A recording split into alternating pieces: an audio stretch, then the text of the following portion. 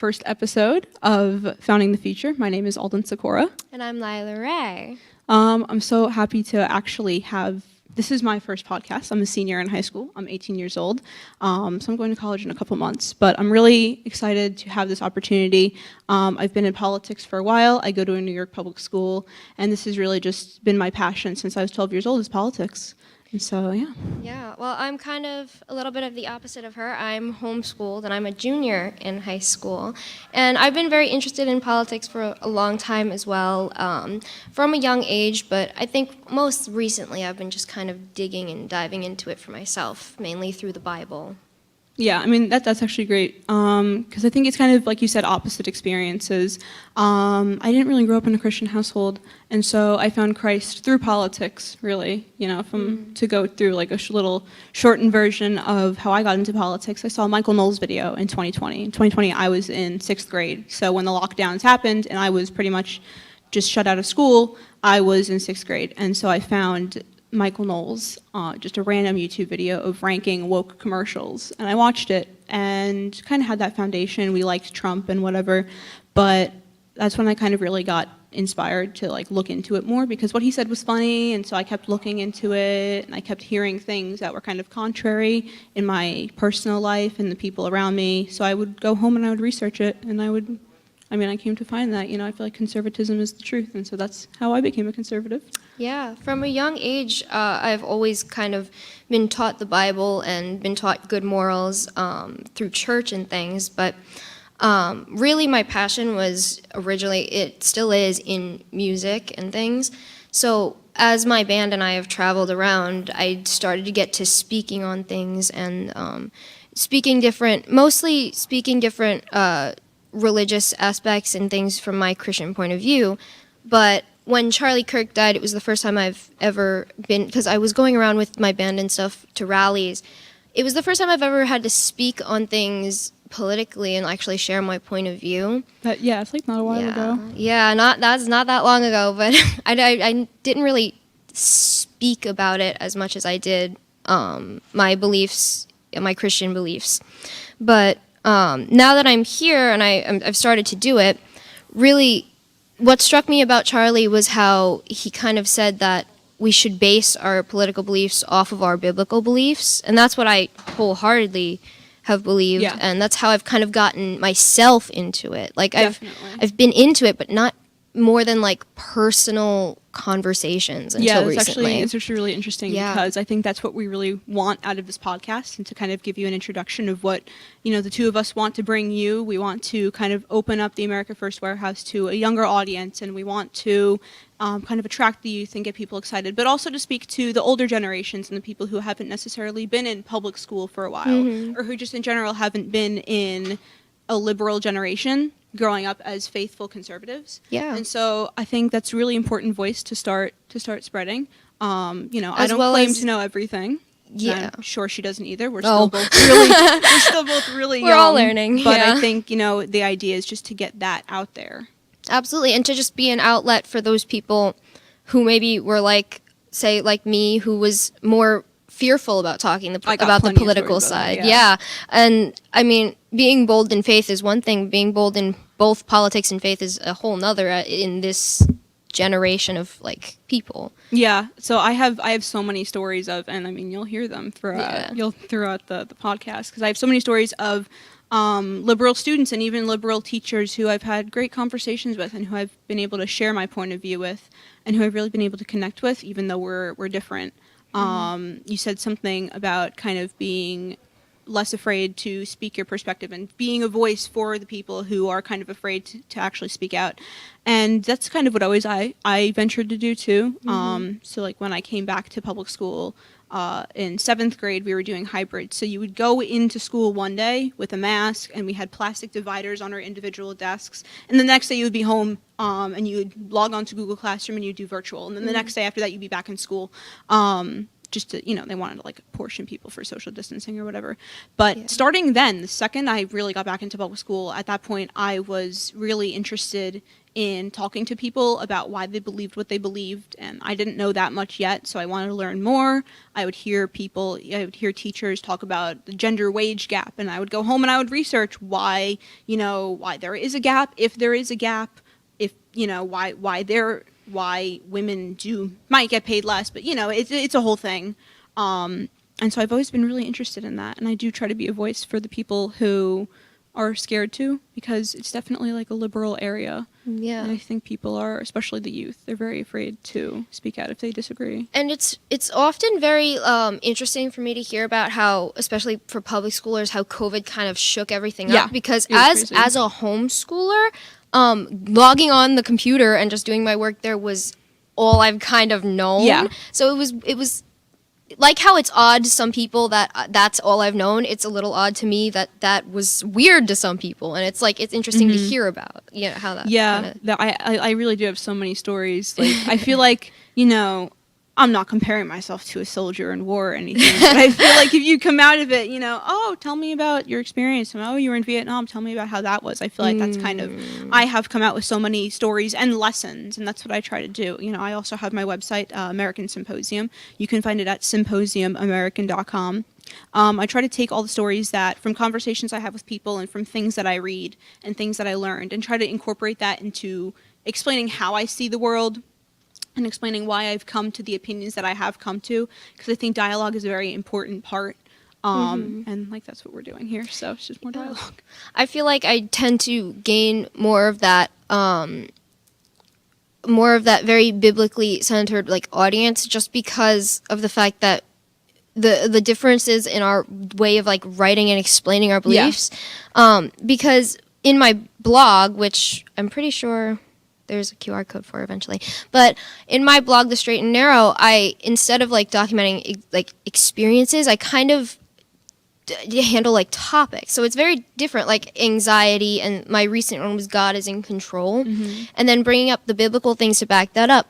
It's very interesting to me how many things the Bible can have to back things up, even politically, but not only for that issue of the mind that youth tend to struggle with, but also politically, even though people say that, you can't use that as a legal standing, you can't use it as a legal standing, but you can use it as a moral standing. Yeah, exactly. And I think it's very interesting. You and I, when we were planning out this podcast, we were talking about themes that we wanted to incorporate, and you had brought up separation of church and state. And it's something that I'm really interested in too, because it's such a misnomer. Everybody will talk about it, especially the left and liberals. They'll talk about, we can't have faithful leaders. We can't have leaders talking about God because, separation of church and state. Can't have prayer in our schools. Yeah. Can't teach biblical anything in school. Yeah, so that's kind of something that I feel like we should definitely, we're going to touch upon. Yeah, eventually. Yeah, so I think that's really interesting, because I always like to think of it as separation of church and state.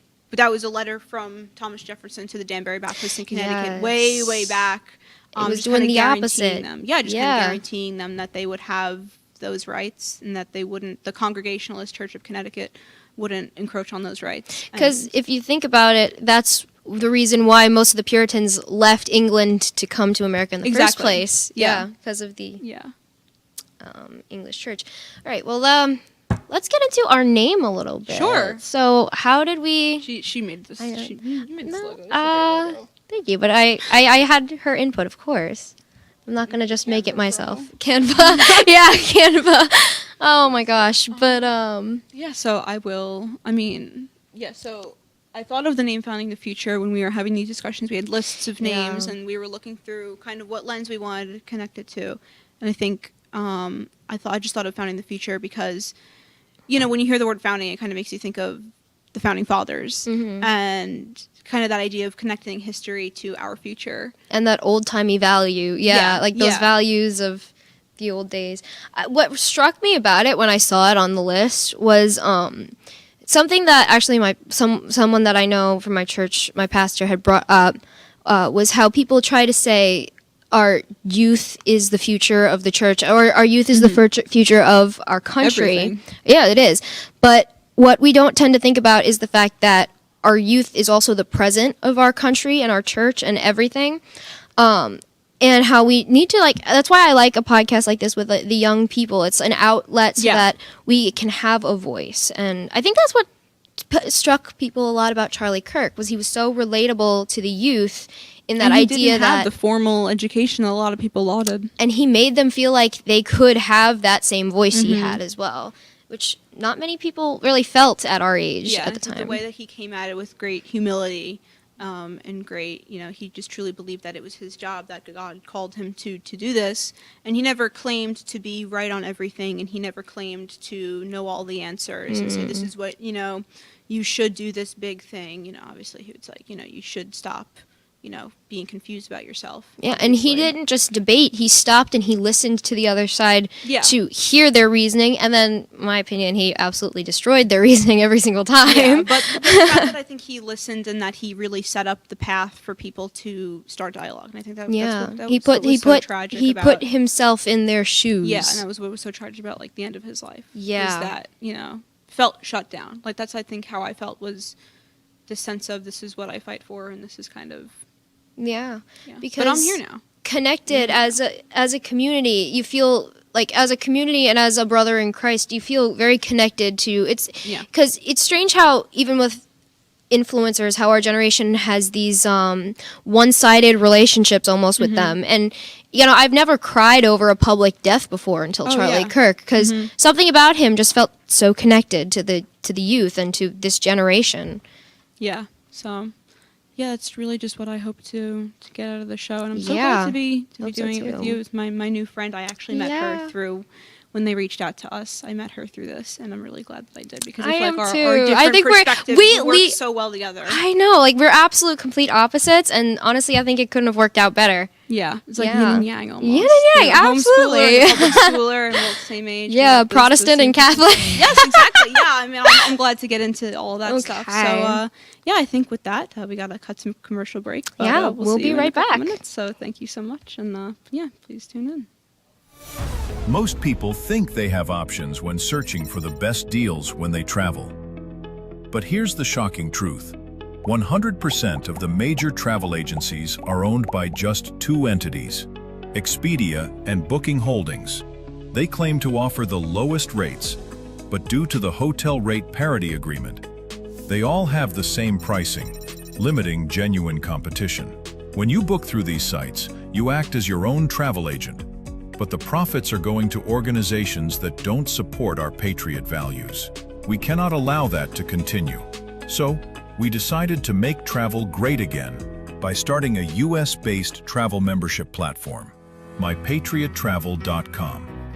We are patriots helping patriots. Together, we can disrupt the travel industry by not spending our hard-earned dollars supporting the radical left.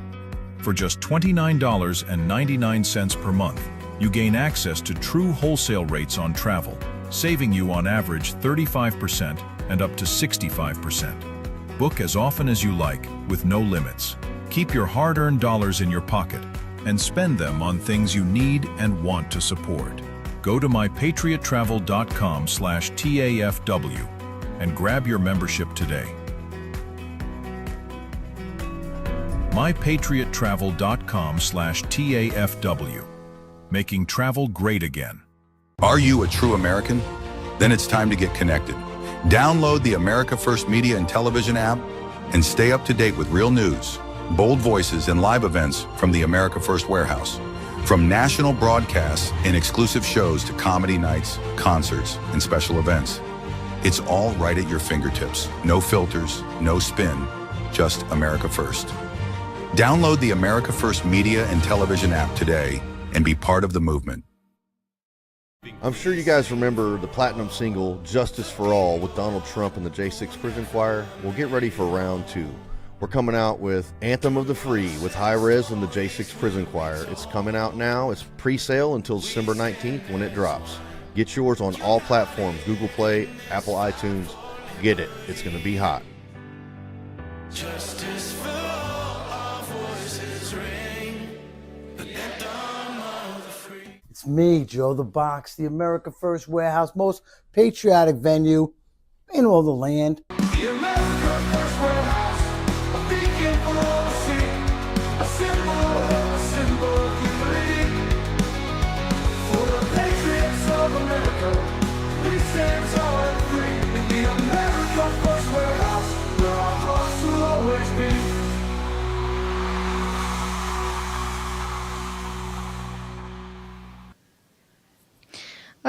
right, welcome back, everybody. So this is our second segment. We're gonna start diving into some of our own experiences and our topic of being conservative in a liberal generation. We are Yeah. both Gen Z, as you can tell. We're not as cool as Gen Alpha yet, apparently, even though I mean, we're never cool. everything that they do kind of. Yeah, I feel like I'm never cool. All right, but we're gonna start diving into some of our own experiences. I have a lot of stories. Like, I'm always can so excited assume, to tell yeah. people who don't necessarily have all the experience with public school. I feel like even just school in general, because I hear something from private school kids too, and that they'll say a lot, where it's really just like people think private school is amazing and stuff, and it probably is. Like, I really don't have any experience, but yeah, they say like there's a lot of the same stuff that happens, and so I just feel like, you know, to talk more about my experience with public school and talking with people, it really was kind of, you know, when I got back in 7th grade and when I kind of, you know, got back for real in 8th grade and we actually started having real school nights, which we still had the masks. Like, I was in 6th grade when we went into lockdown and we still had the masks in 8th grade.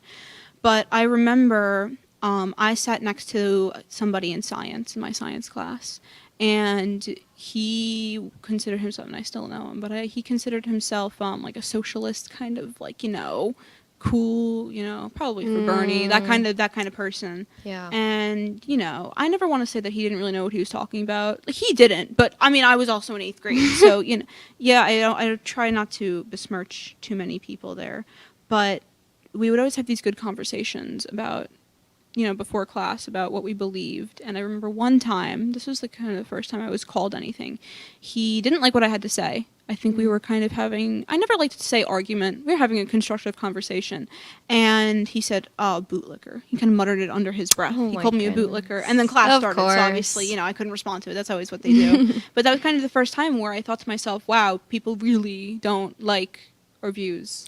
No, I understand that, because I feel like they do tend to always do it in a way where you can't fight back immediately, or don't have like a way of defending yourself.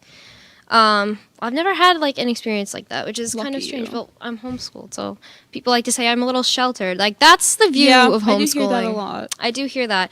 A lot of the times, like, I hear, can you even read? Or like, I've heard, not towards me, but I've heard Like in general, in general stereotypes. stereotypes of like, oh, can they even read? Like, do they even know what's going on in this political And I think climate? if you care to look into it, you guys are like so far ahead. I know, like, vastly I know speaking. a person who is 3 years younger than me and is doing my math currently. So, and they're homeschooled, and that amazes me. I'm not a math person. I probably never Me will neither. be. I probably never will be. I'd rather write an essay than do a math problem. Yeah, me too.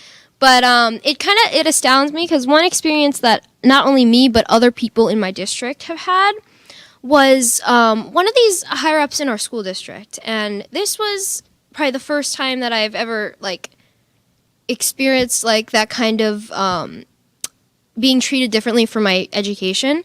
Was when this woman had just gotten into her role in the school district. She would threaten like, CPS on homeschoolers and homeschool families a lot, and without like unprovoked. Yeah. So there are these reports that the parents have to report to the school district, and usually, this person's role. I'm not going to really give anything away about them, but this person's role would email the parents, reminding them to give in the reports, because it was the legal thing you had to do. And often in those emails would be if you don't do this, we can call CPS threat I think on it's you. a lot of what people do all over the place. They kind of project what they think, you know, into their some of their weaknesses Yeah. are as like a public Yeah. school. a lot of people say that you should probably leave your political views and things at home when you come to work. It depends, I guess, on what the topic Sure. you're talking about is. But that and COVID, I think COVID changed the view of how people view homeschoolers, because a lot of the times when public schoolers transition from public school to homeschool, I think that the homeschool part was done wrong, even if it was only for that year. Yeah. Homeschooling, when done right, the goal of homeschooling, the reason why most people do homeschool, is so that you can learn at your own pace and so that you're not trapped. I feel like my view of public school has always been a little bit prison-like, and because of Yeah. the way that I feel like when I see those videos that compare them to prison, I'm like, it's kind of crazy and jarring to me to see as someone who, you know, if I have something going on that day, oh, I'll just do an extra lesson tomorrow kind of situation where you can't miss a day unless you're like vomiting.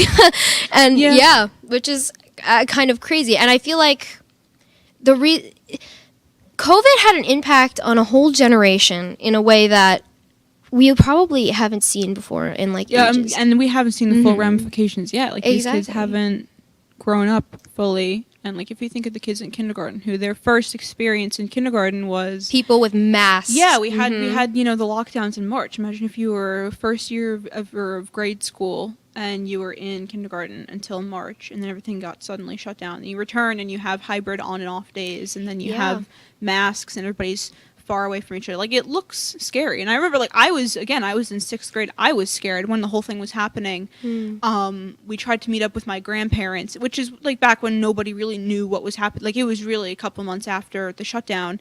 And we met with them outside in my backyard, and I got a little too close to them. And, and they were like, oh, step back. Like, we don't want to get anybody sick. And I got so scared. Like, I didn't want my grandparents to get sick and die. And that was really when nobody knew what was going on. So everybody was so scared. My Everybody was house doing everything. was the same way. Like, my dad works IT. He works in hospitals.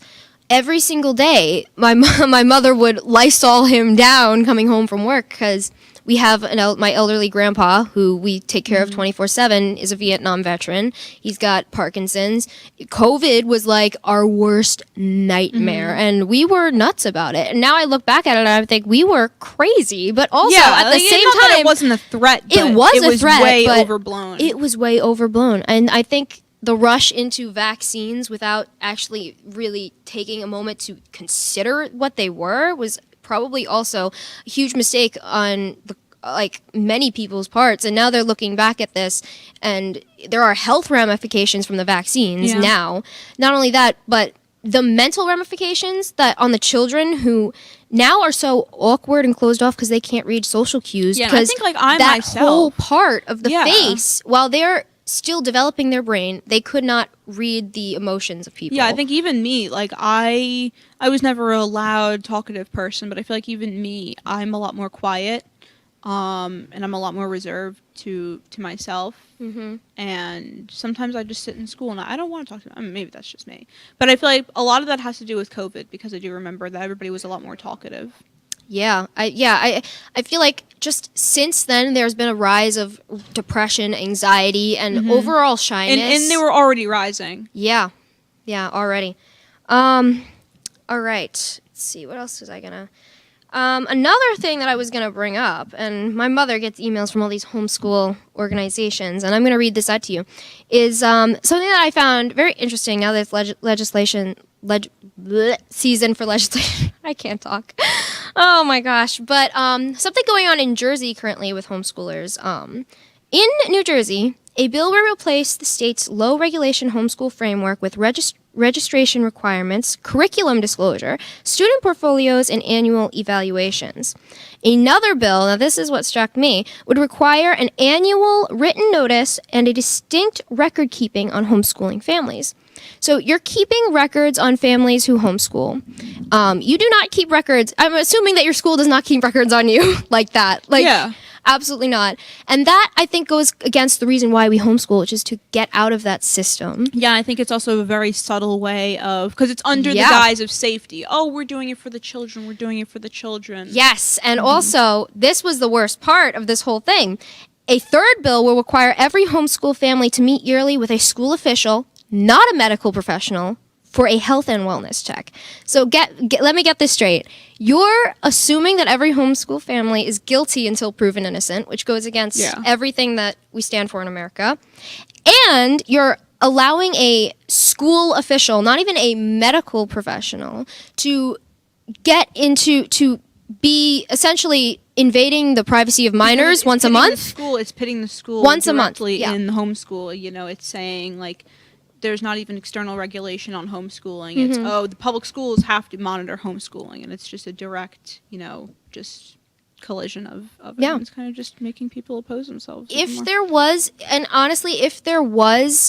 a case of abuse going on at the home, then that should be punished. But you can't just assume that a person's homeschooling their kid because they want to abuse their child. Yeah, it's definitely like a subtle way of saying we don't like this, we don't like your strategy, we don't like what you're doing, so we're gonna use the law to try to crack down on it. That's Yeah. that's really crazy. When you brought that up to me, I was like, that's actually I didn't even know that. When I read it, I couldn't believe it because, especially the specific wording of school official for a health and wellness check. I'm like, you mean medical professional for a health and wellness check? No. And it was very, I don't know, it was very jarring for me because to think about that, like New York, where we are, is a very blue state. Yep. If that's happening in Jersey, which is also very blue, how long before I'm going to need a wellness check every month because they're assuming something's going on? Yeah, well, you're a junior, so hopefully you'll be out. Hopefully. It's crazy. Oh my gosh. Wow, that's crazy. Yeah. Is there anything? What else would you like to bring up?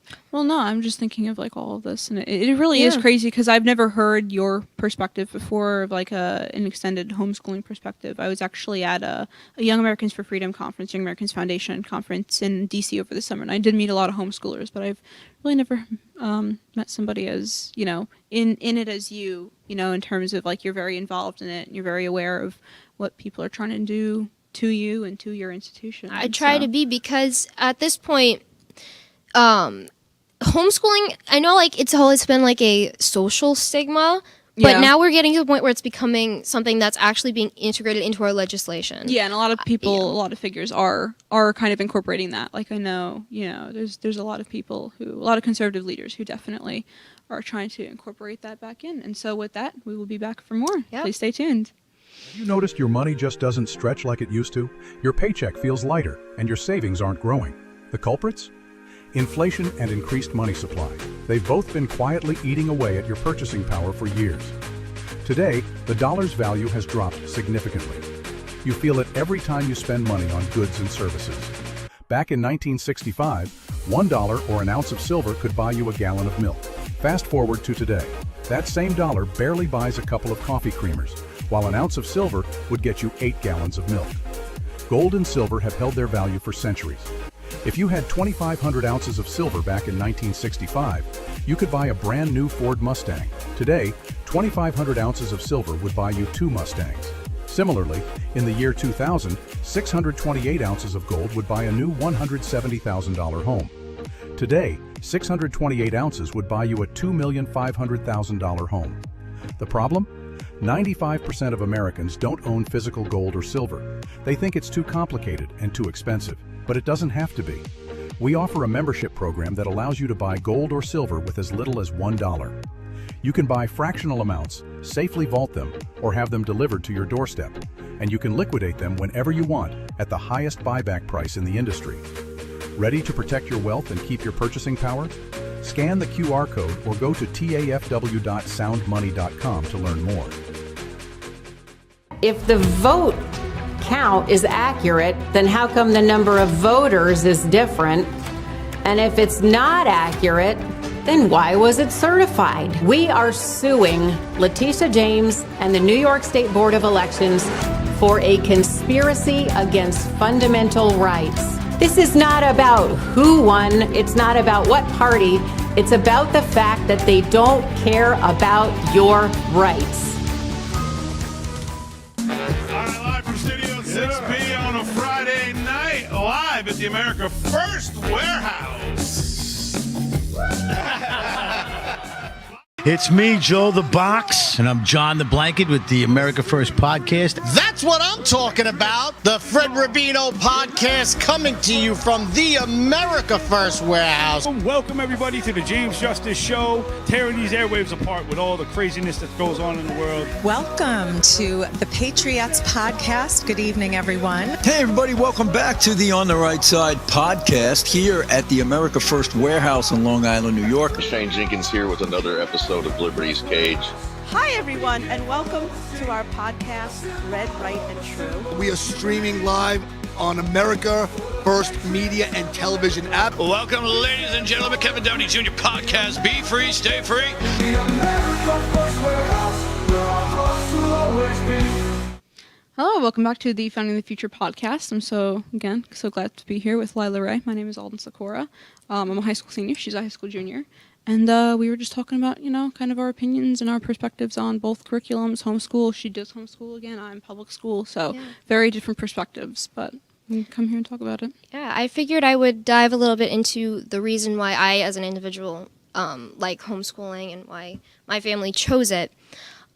We know that a lot of the times in schools they try to teach things that we don't agree with personally, and a lot of homeschoolers don't agree with as well, such as evolution, the Big Bang Theory, and just as well as like incredibly young, like they start at a very young age with the sexual education as well, and that is something that I very highly disagree with. I feel like that should be between parent and child, but that's another conversation. Yeah, there's always the what ifs. What if a parent doesn't bring up a child? What if? And then that's kind of like the whole liberal ideology, I feel like, is, oh, what if the family doesn't do this? What if the individual doesn't do this for themselves? Well, we don't make laws based on what ifs. Yeah. Mm-hmm. Absolutely, yeah.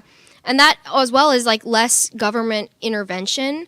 But the reason I like the curriculum that we chose is because, well, we start every day with a Bible class, and we start every day in prayer. And we were taught from a young age American history and how we were taught biblical history too. I was like, the rates of biblical illiteracy are really alarming. Yeah. I remember one class, and I wish I'd paid more attention to it way back when, but when I was in middle school, there was one class that was completely on how the early church was built and how the creation of the world, it was a whole history year was devoted to the world from beginning to end. And I thought that was really interesting. And that's something that you're not going to get in public school. As well as, I feel like homeschool curriculums, some of them, they don't have to match the public school curriculums in the way that, like, you might be in high school, but you could be doing college level math. Yeah. You could be in middle school doing high school level math. Or, in my instance, you could struggle in math and instead excel a little bit more with your words. Me too. I would be doing math right now if I was mathematically inclined. Yeah, no. No, but that's why I liked homeschooling. You can take it at your own pace, and there's no pressure. Like, there is obviously that pressure. I totally get that too. Like, it's more, I don't want to say calming, but I feel like it is more the fact that it's tailored to you, and it's not just you're going into this facility, this institution, and you're expected to perform well, and you're expected to be at a certain level because other kids are at that level. Like, again, there is a certain amount of, like, okay, well, you're behind in this, and so you need more help. But I think overall, like, I do, I want to homeschool my kids, I think one stereotype about Catholics is that we have a million kids. And so I do want to partake in that stereotype. That's a homeschool stereotype too. I do want to partake in that stereotype. I know some homeschool families that are more like clans, but that sounds like, that sounds, I do want to have, this economy. That's another thing. But I do want to have more than one kid, and my dream would be to homeschool them, because I feel like not only do you get a more tailored education, but you do get a better insight as to what your child needs, and you get more time with them too. And I think especially in the screen age, time with family is something that we should all strive for. And when a government, like for me, when a government organization has your children for more hours of the day than you do, we have a problem, personally. Like, when I was in kindergarten, like starting from pre-K to kindergarten, my mom made sure that we did the Pledge of Allegiance every single day, that we knew the pledge to the flag, the pledge to the Christian flag, the pledge to the Bible, all of that.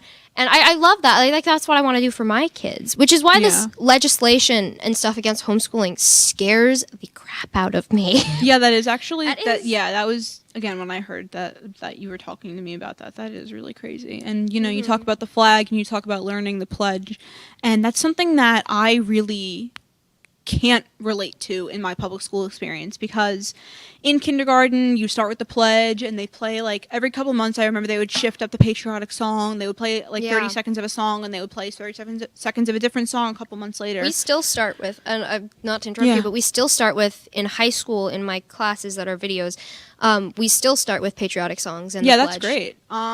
So I think over time, I think the patriotic songs was to learn your country's songs, which is fine. But then by middle school, I really was the only one to stand and say the pledge. Really? Yeah, I know. In my 4 years of high school, because I'm a senior now, so all freshman, sophomore, junior, and senior, I'm not the only one to stand. In one of my classes, in like sophomore year, I was one of the only kids in the classroom to stand.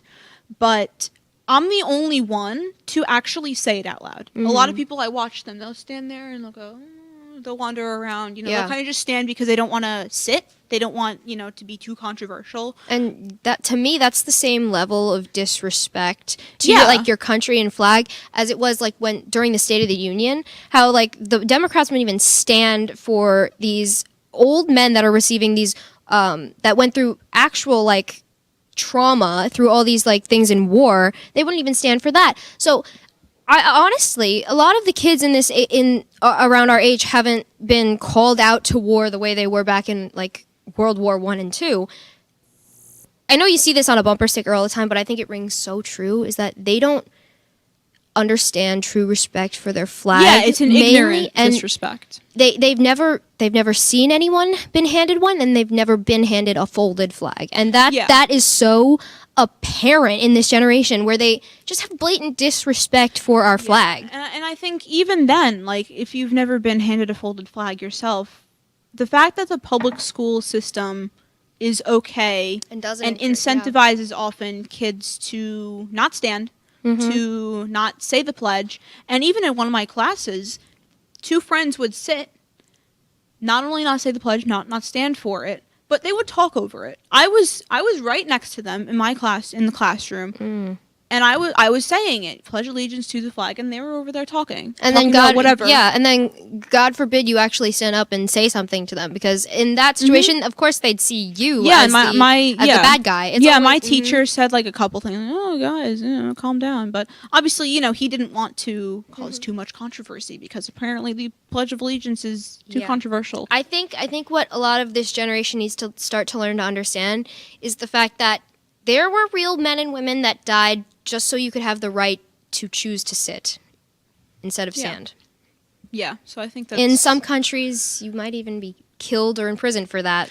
Yeah, and I think that when I tell people about my experience, a lot of them are shocked. Yeah. I'm like, wow, I can't even believe that most kids these days don't. And when I say most, I really do mean most. Like, most kids don't say the pledge. I'd be surprised if any. Stand. I'd be surprised if some of them even knew it. To be quite frank. Yeah. Like after all this time, do you even remember it? So yeah. When I started writing on my website, that was something that I really wanted to drive home, was the actual values that I write with, the actual values that I talk to people with, that I have these life experiences with. And so I was on the Patriots podcast last October, just a few months back, and I didn't really have a value statement on my website. I had my website at that time, it was public, but I didn't really have an actual statement, mission statement that actually said what we're about.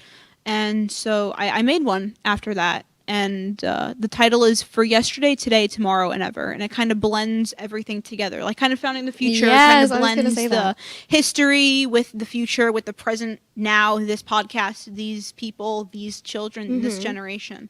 It kind of makes it cohesive, and that's what I really wanted to do. And so, I just kind of wanted to get into that a little bit. So, which is why it astounds me that some people our age get told that they're too young to be in politics. Like, I don't think they realize that we're voting in that next election. We are deciding who runs our country in the future. I feel like now is the best time to get involved and to intercept right into it. Yeah, I think, you do definitely have to learn and take that back seat at first and listen to people and listen to both sides and think about why you personally believe what you believe and why you want to vote for one candidate over the other. But yeah, it is definitely important to get started in that. And so I'll talk to people about that, and they'll be so surprised if somebody this young cares about this. And one thing that I've noticed is a lot of the times our age, people tend to get their opinions from other people. Like, one thing that is very big both in the church and in the political realm is you have to research it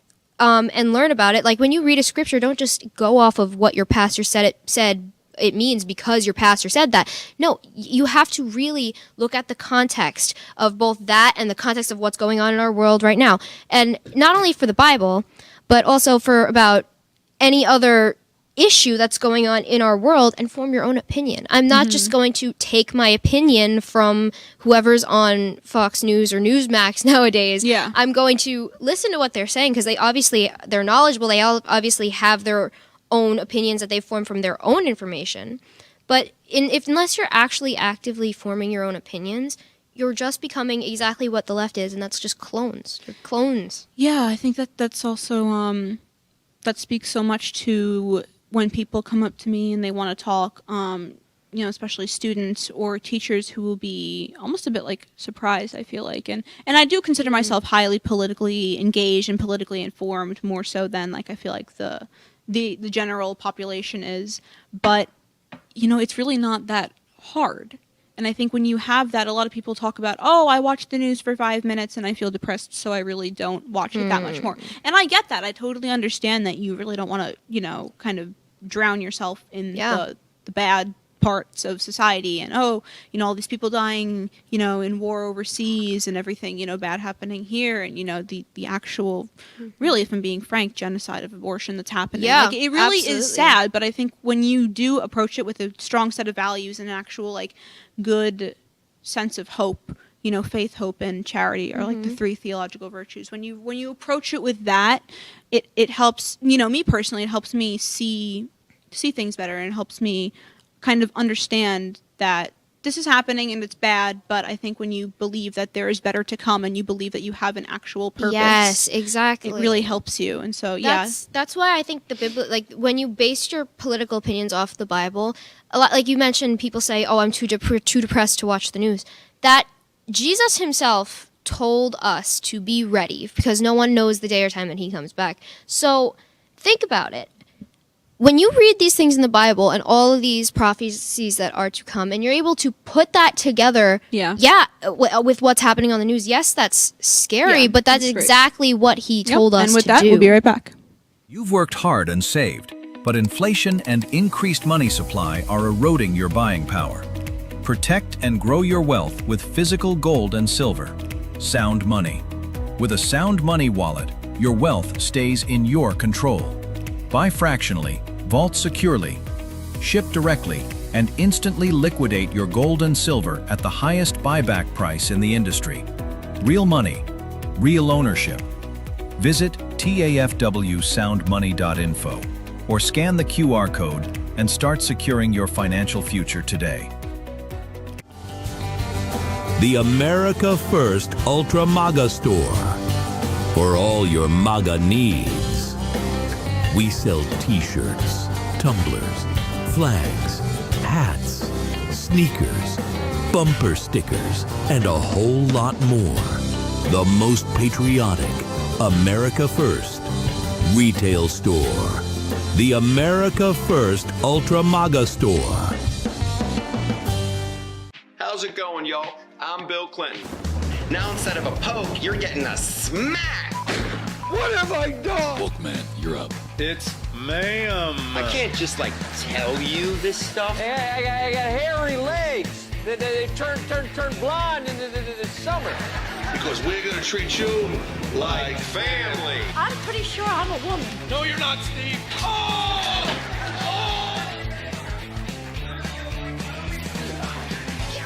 Do you like camping? The entire city is your campground. There is no law. Anything goes. It's a Diddy cruise.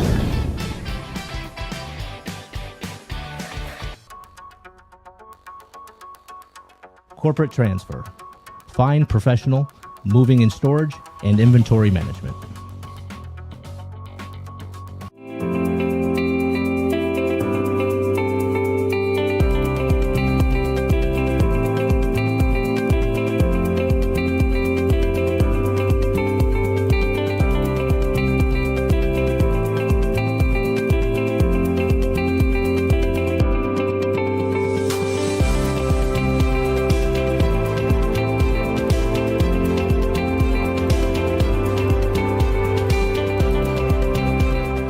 America First Warehouse was really the most patriotic venue that you can ever imagine. We wanted to build something for people to be able to come to and feel so comfortable and so relaxed because there is nothing out there like it. We give an opportunity for people to really feel good about themselves and about this great country.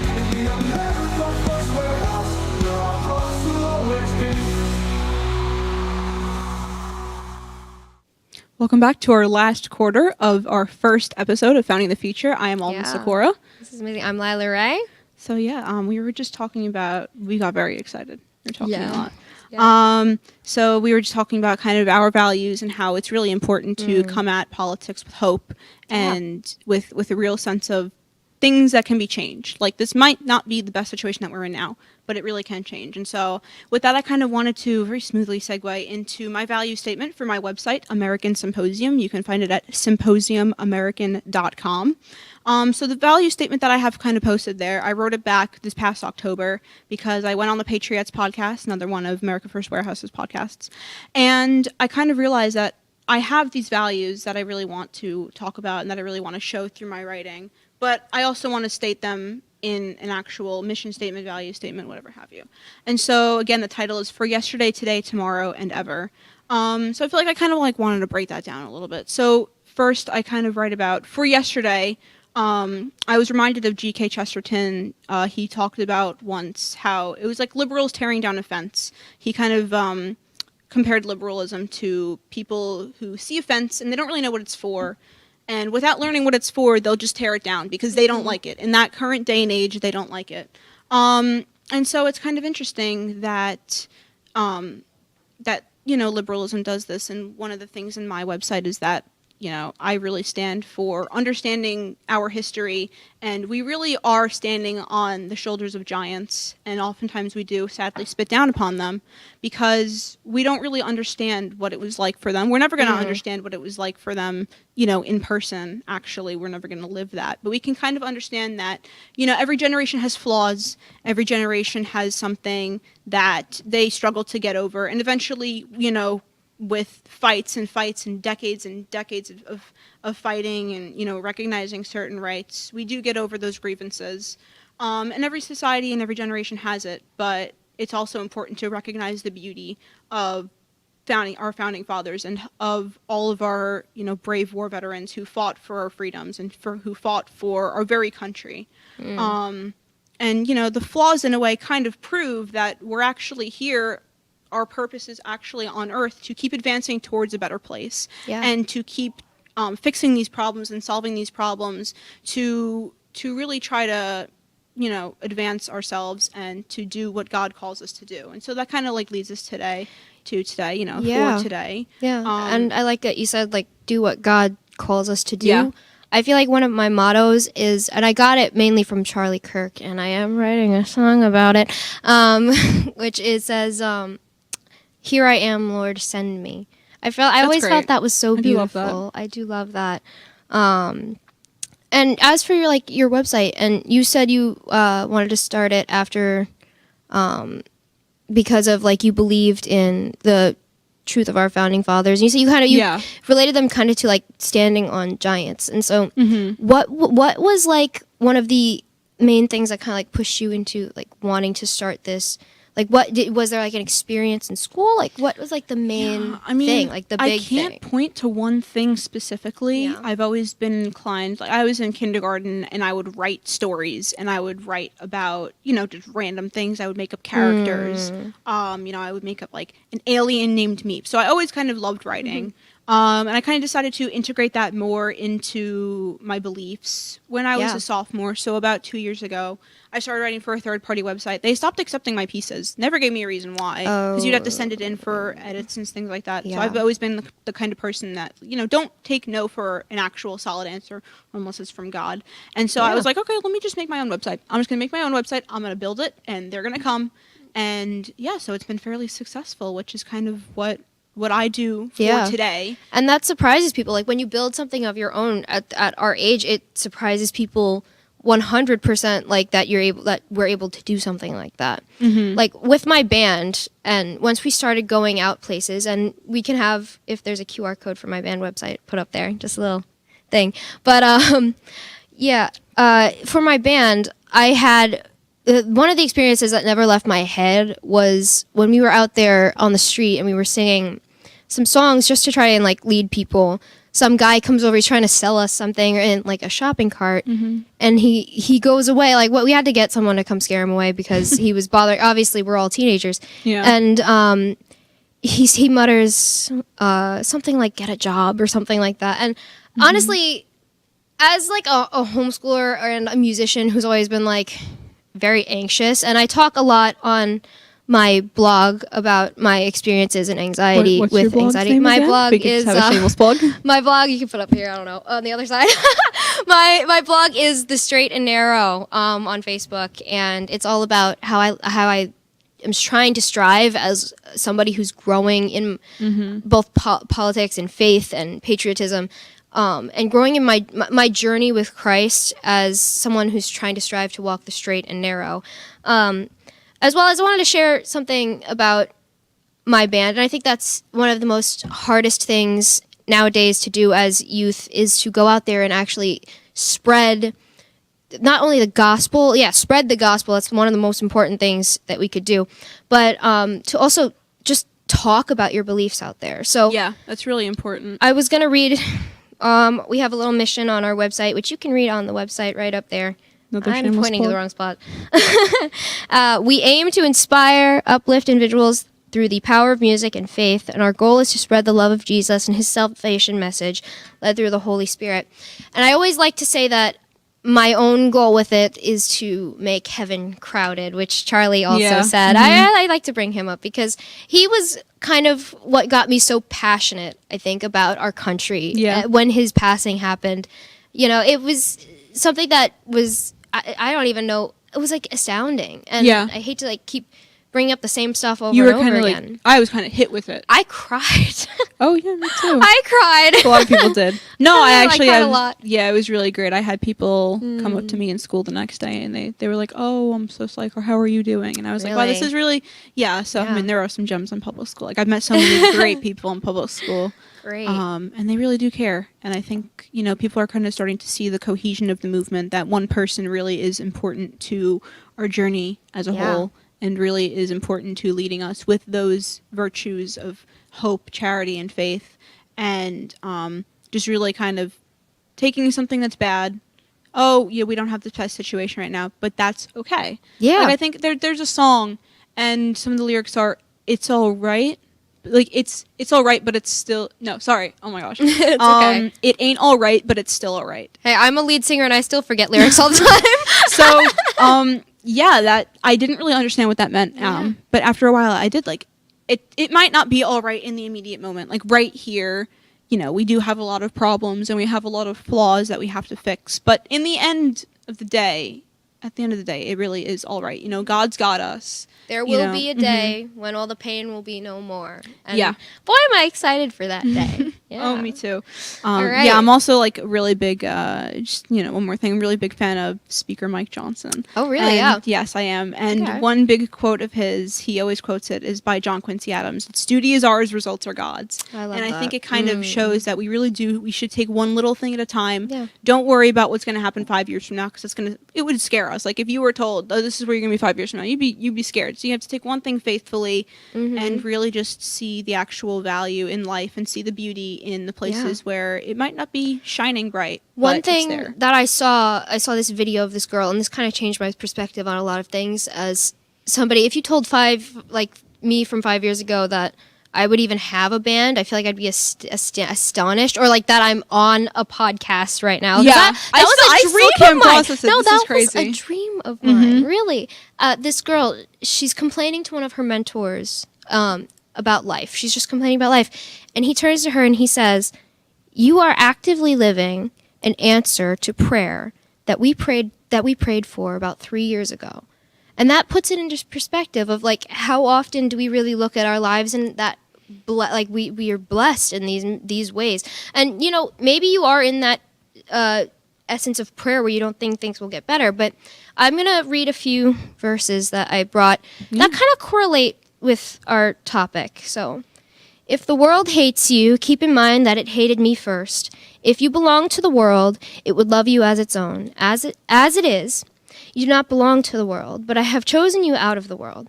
That's why the world hates you. Remember what I told you. A servant is not greater than his master. If they persecuted me, they will persecute you also. If they obeyed my teaching, they will obey yours also. They will treat you this way because of my name, for they do not know the one who sent me. So that's John 15:18-21. And probably one of my favorite ones on here is, Who shall separate us from the love of Christ? Shall trouble or hardship or persecution or famine or nakedness or danger or sword? As it is written, for your sake we face death all day long. We are considered as sheep to be led to the slaughter. No, in all these things we are more than conquerors through him who loved us. For I'm convinced that neither death nor life, neither angels nor demons, neither present nor future, nor any powers, neither height nor depth or anything else in all creation will be able to separate us from the love of God that is in Christ Jesus our Lord. Romans 8:35-39. That's great. I love that because it shows that Jesus himself told us and warned us that, yes, you'll be persecuted.